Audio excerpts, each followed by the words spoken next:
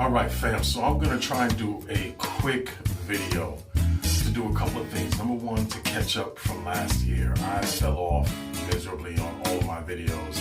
I haven't done a ride sharing video in months. Finally did one yesterday. The day before, depends on when I actually post this. This is my first video of 2020 with my beard. For those two people who are following me, you know that I had the year going on last year. I did pretty well on it, as you can see. This is minus probably about 4 trims, and believe it or not, the last of which was probably the most significant. I think I took a picture of that as far as the hair that was left in the sink. And I think I'm going to include that in this video.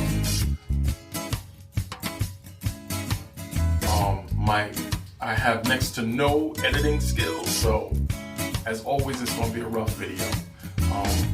But one of my resolutions is to start getting more into the editing end of it, because I think presentation is important.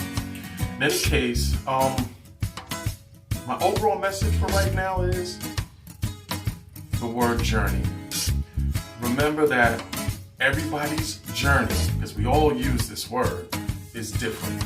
All right, you're going to see a lot of information on YouTube about how to grow the best beard, the fastest beard, the thickest beard, you know, all of this other stuff. And it's out there. It's for real. These are real people who have real beards that are doing it.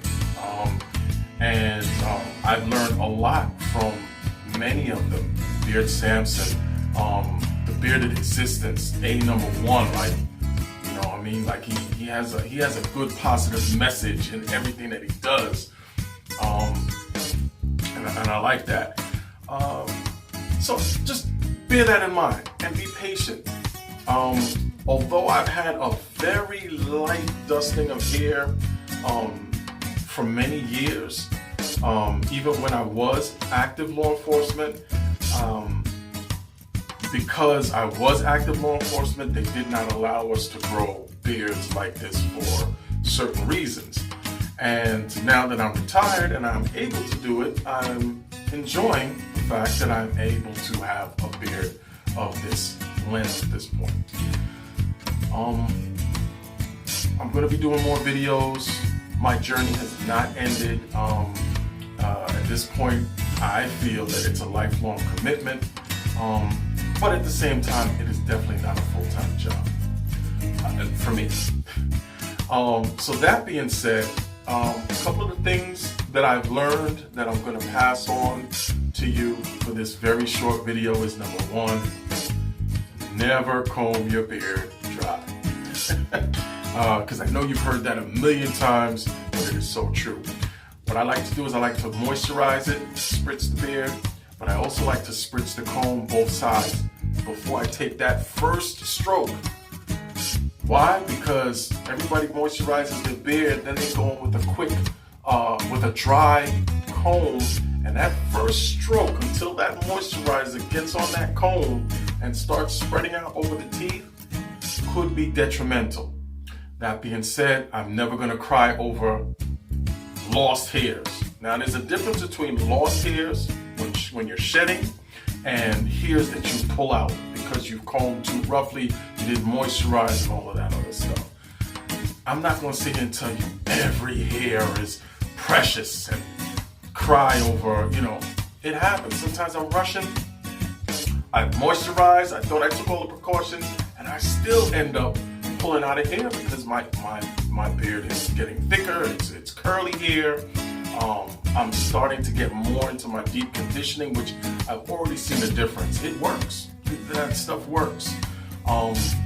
But that's my first and foremost warning to you. Other than that, be very patient. You know what I'm saying? Everybody's beard, everybody's hair grows at different rates of speed. Genetics, like you've heard a million times, always plays a key in it. If you never worked out before, and you're now saying to yourself, I'm gonna start working out because that's important to grow my beard, you're doing it for the wrong reasons. If you never drank more than a glass of water a day, and now that you want to grow a beard, you're saying, I gotta drink 64 ounces of water every day, you're doing it for the wrong reasons. If all of a sudden now you're taking multivitamins when you didn't before because now you want to grow a beard, listen, I could go on, but my point is, those things you should be doing for overall health, period. You shouldn't be doing this just because you want to grow a beard to develop a more healthy lifestyle. That's my best bit of advice for 2020. You know what I'm saying? As for me, my only beard resolution is to comb my beard less. I think I comb my beard too much. And I'm fortunate because there's some days that I work from home. And on those days, I let my beard just kind of do its own thing. I moisturize it, I go through my morning routine, but after that, I don't touch it. What I might do throughout the course of the day is I might give it a little spritz with either my very wet moisturizer or my dry look moisturizer, which is from Hawaiian Silky, whichever one.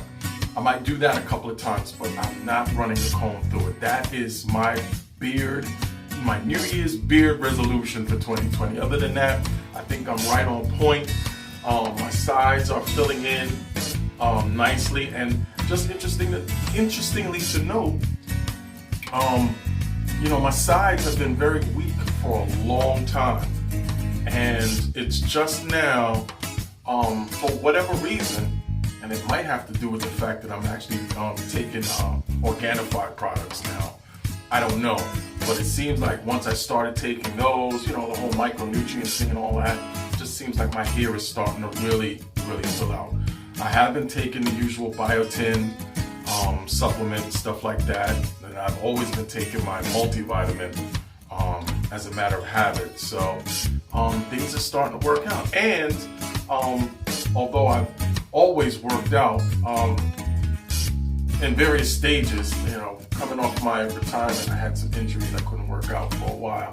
But after that, I started getting back into it. So that combination of things, which is the advice that you're probably going to hear 9 times out of 10 everywhere else: eat healthy, take your vitamins, do your exercises, be patient, and you too will have yourself a big beard. So with that, 8 minutes long, I'm about to be out. Catch you on the next one. Stay frosty.